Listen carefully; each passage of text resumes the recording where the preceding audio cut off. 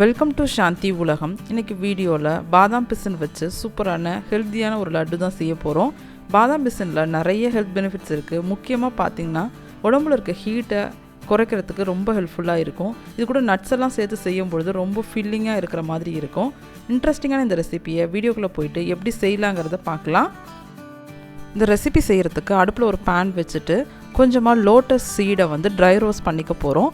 Lotus seat பார்த்திங்க அப்படின்னா wait லாஸ்க்கு ரொம்ப ஹெல்ப்ஃபுல்லாக இருக்கும். இதை வச்சு ஆல்ரெடி ஒரு ரெசிபி நான் போஸ்ட் பண்ணியிருக்கேன். அதோட லிங்க் டிஸ்கிரிப்ஷனில் கொடுக்குறேன், செக் பண்ணி பாருங்கள்.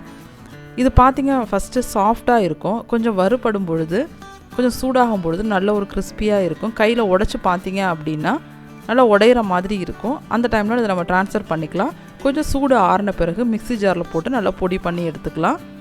நீங்கள் ஃபஸ்ட்டு இதை போடும்போது நல்லா கையில் அமுக்கி பார்த்திங்க அப்படின்னா ரொம்ப சாஃப்டாக இருக்கும். கொஞ்சம் வறுப்பட்ட பிறகு பார்த்திங்கன்னா நல்லா உடையிற மாதிரி வரும். அது வரைக்கும் நம்ம வறுத்து எடுத்துக்கணும். இது வறுப்படுறதுக்கு ஒரு 1-2 நிமிஷம் வரைக்கும் ஆகும். அடுப்பு நம்ம லோவில் வச்சுட்டு பொறுமையாக பண்ணிக்கோங்க. இல்லைனா சீக்கிரம் வெளியில் கருகிடும், உள்ளே நமக்கு ரெடியாகி வராது. அதுக்காக தான். இப்போ ரெடி ஆகிடுச்சு. இதை ட்ரான்ஸ்ஃபர் பண்ணிக்கலாம். நெக்ஸ்ட்டு நட்ஸ் எல்லாம் நம்ம வறுத்து எடுத்துக்கலாம். உங்களுக்கு என்னென்ன நட்ஸ் எல்லாம் பிடிக்குமோ அதெல்லாம் சேர்த்துக்கோங்க. நான் இன்றைக்கி பாதாம், வால்நட் எல்லாம் சேர்த்துக்க போகிறேன். அதே பேனில் கொஞ்சமாக நெய் சூடு பண்ணிக்கிட்டு கொஞ்சம் பாதாம் பிசின் சொன்னேன்னு அதை நம்ம பொரித்து எடுத்துக்க போகிறோம். இது ஃபஸ்ட்டு பார்க்குறதுக்கு கூழாங்கல் மாதிரி குட்டி குட்டியாக இருக்கும்.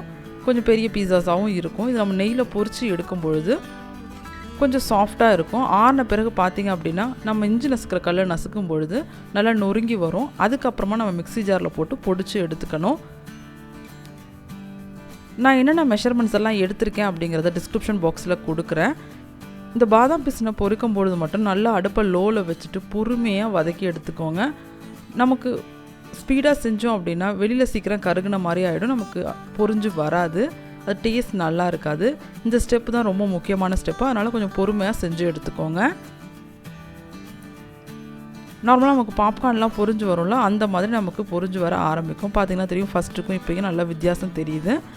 இந்த ஸ்டேஜில் நம்ம அதை ட்ரான்ஸ்ஃபர் பண்ணி வச்சிடலாம். ஆறின பிறகு நான் ஃபஸ்ட்டே சொன்ன மாதிரி இஞ்சி நசுக்கிற கல்லை நல்லா நசுக்கிட்டு அப்புறமா மிக்ஸி ஜாரில் போட்டு பொடிச்சு எடுத்துக்கோங்க. இது மட்டும் நமக்கு கொஞ்சம் டைம் எடுக்கிற மாதிரி இருக்கும். மற்றபடி நம்ம சீக்கிரம் எல்லா வேலையும் செஞ்சு முடிச்சிடலாம். இந்த ஹெல்த்தியான லட்டை கண்டிப்பாக நீங்கள் ட்ரை பண்ணுங்கள். இது ரெடி ஆகிடுச்சு. இதை நம்ம ட்ரான்ஸ்ஃபர் பண்ணி வச்சுட்டு அதே பேனில் நம்ம நட்ஸ் எல்லாம் வறுத்து எடுத்துக்கலாம். நான் இன்றைக்கி பாதாமை 1-2 உடச்சி வச்சுருக்கேன். அது கூடவே வால்நட்டையும் சேர்த்து வறுத்து எடுத்துக்க போகிறேன். நீங்கள் கிட்ஸுக்கெல்லாம் கொடுக்குறீங்க அப்படின்னா இது கூட கொஞ்சம் பிஸ்தா சேர்த்துக்கோங்க. நான் சேர்த்துக்கல. நான் கொஞ்சமாக முந்திரி பருப்பு மட்டும் சேர்த்துக்க போகிறேன்.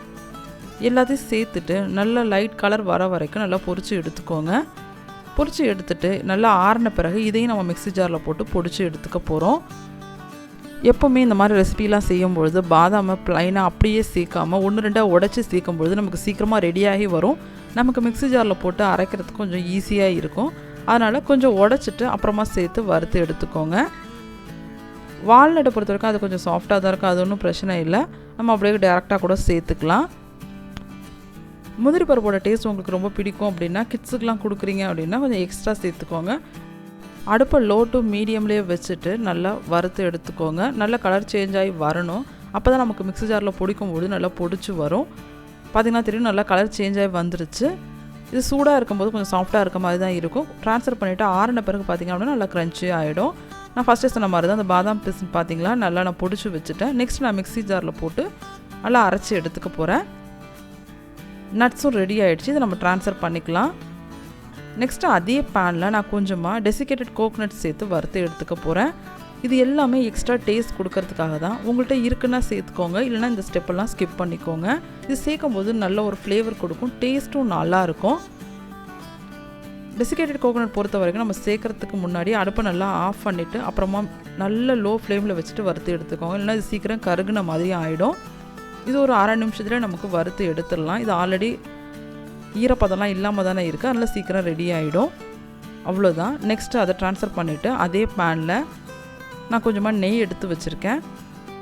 அதில் நம்ம எடுத்து வச்சுருக்க கோதுமை மாவு சேர்த்து சூப்பராக வறுத்து எடுத்துக்கலாம். இதோட ரா ஸ்மெல் போயிட்டு நல்லா கலர் சேஞ்ச் ஆகி வரும். அது வரைக்கும் நம்ம குக் பண்ணி எடுத்துக்கணும்.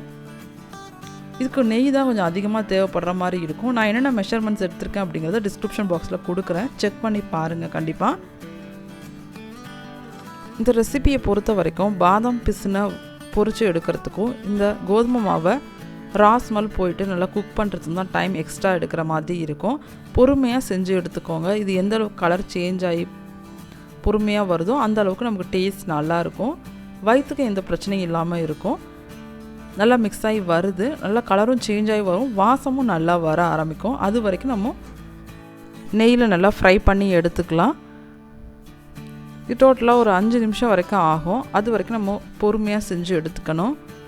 பார்த்திங்களா, நல்லா கலர் மாறி வந்துருச்சு, ஃப்ளேவரும் நல்லா வர ஆரம்பிச்சிருச்சு. இந்த ஸ்டேஜில் நம்ம ட்ரான்ஸ்ஃபர் பண்ணி வச்சுக்கலாம். நெக்ஸ்ட்டு நம்ம ஸ்வீட்னஸ்க்கு ரெடி பண்ணிக்கலாம். நான் இன்றைக்கி ஸ்வீட்னஸ்க்கு கொஞ்சமாக வெல்லத்தை தான் ரெடி பண்ணி வச்சுருக்கேன். என்னோடய வெல்லத்தில் தூசெல்லாம் இருக்கிறது அப்படிங்கிறதால நான் தண்ணியில் நல்லா கொதிக்க வச்சுட்டு வடிகட்டி எடுத்து வச்சுருக்கேன். நல்லா வடிகட்டி எடுத்து வச்சாச்சு. இது நல்லா கொதிச்சு வரணும். இது கூட கொஞ்சமாக நெய் சேர்த்துக்கோங்க. இது கம்பி பதம் அதெல்லாம் வரணும்னு அவசியம் இல்லை. நம்ம ஊற்றின தண்ணி கொஞ்சம் எவாப்ரேட் ஆனால் போதும். அது வரைக்கும் நம்ம கொதிக்க வச்சு எடுத்துக்கலாம். பார்த்திங்கன்னா கையில் தொட்டு பார்த்தாலும் ஒரு நல்ல ஒரு பிசு பிசுப்பு தன்மை வரும். அது வரைக்கும் நம்ம கொதிக்க வச்சா போதும். இது நல்லா கொதித்து வந்த பிறகு நம்ம ஆல்ரெடி ரெடி பண்ணி வச்சுருக்கோம்ல எல்லா பொருளையும் இது கூட சேர்த்து நம்ம மிக்ஸ் பண்ணி எடுத்துக்க போகிறோம். இது கொதிச்சுட்டு இருக்க டைமில் நம்ம நட்ஸ் எல்லாம் பொடிச்சு வச்சுக்கோங்க. ரொம்ப ஃபைனாக ஆக்கணும்னு அவசியம் இல்லை. ஓரளவு கொரகொரப்பாக எடுத்தாவே போதும். ஃபைன் பவுடராக ஆக்கணும்னு அவசியம் இல்லை. ஸ்வீட்டை பொறுத்த வரைக்கும் உங்கள் ஸ்வீட்னஸ்க்கு ஏற்ற மாதிரி வெல்லத்தை கூட்ட குறைச்சி சேர்த்துக்கோங்க. நல்லா கொதிச்சு வந்துருச்சு. கலரும் பார்த்திங்களா சூப்பராக இருக்குது. இந்த ஸ்டேஜில் நம்ம ஆல்ரெடி ரெடி பண்ணி வச்சுருக்கோம்ல எல்லா பொருளையும் சேர்த்துக்கலாம். நான் நட்ஸை பொடிச்சு வச்சுட்டேன். ஆல்ரெடி நம்ம லோட்டஸ் சீடு வச்சுருந்தோம்ல அதையும் பொடிச்சு வச்சாச்சு. எல்லாத்தையும் இது கூட சேர்த்து நல்லா மிக்ஸ் பண்ணி எடுத்துக்கலாம். கொஞ்சம் நமக்கு சூடு பதம் இருக்கும்போது நம்ம உருண்டை பிடிச்சி எடுத்துக்கலாம். நம்ம சூடு ஆறிடுச்சு அப்படின்னா நம்ம வெல்லம் சேர்த்துருக்கதால அது ஒன்று ஒன்றா தனித்தனியாக போன மாதிரி இருக்கும். கை பொறுக்கிற அளவுக்கு சூடு வரும்பொழுது நமக்கு பிடிச்ச ஷேப்பில் நீங்கள் ஷேப் பண்ணி எடுத்துக்கோங்க. ஃபைனலாக நான் அந்த கோதுமை மாவையும் சேர்த்துட்டேன். எல்லாத்தையும் சேர்த்து வெல்லத்தில் மிக்ஸ் பண்ணிக்கோங்க. இந்த ஸ்டேஜில் உங்களுக்கு டேஸ்ட் பண்ணி பாருங்கள். உங்களுக்கு இனிப்பு போதும் அப்படின்னா இதோட விட்டுடலாம். இன்னும் இனிப்பு வேணும் அப்படின்னா கொஞ்சமாக சர்க்கரையை கூட பொடி பண்ணி சேர்த்துக்கோங்க. இந்த சூட்டில் சேர்க்கும்போது அது நல்லா மிக்ஸ் ஆகி வந்துடும். அதை ரொம்ப ஹீட் பண்ணணுன்னு அவசியம் இல்லை. அவ்வளோதான், ஹெல்த்தியான லட்டு நமக்கு ரெடியாக போகுது. கண்டிப்பாக ட்ரை பண்ணி பாருங்கள்.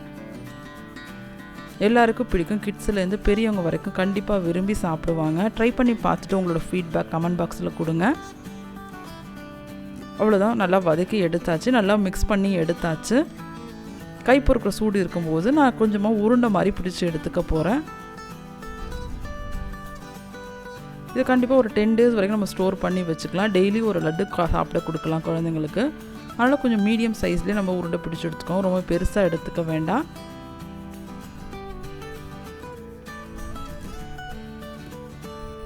நம்ம சேனலில் ஆல்ரெடி ட்ரை ஃப்ரூட்ஸ் மட்டும் வச்சுட்டு லட்டுலாம் நான் செஞ்சு போஸ்ட் பண்ணியிருக்கேன். அதோட லிங்க்கும் டிஸ்கிரிப்ஷன் பாக்ஸில் கொடுக்குறேன். கண்டிப்பாக ட்ரை பண்ணி பாருங்கள்.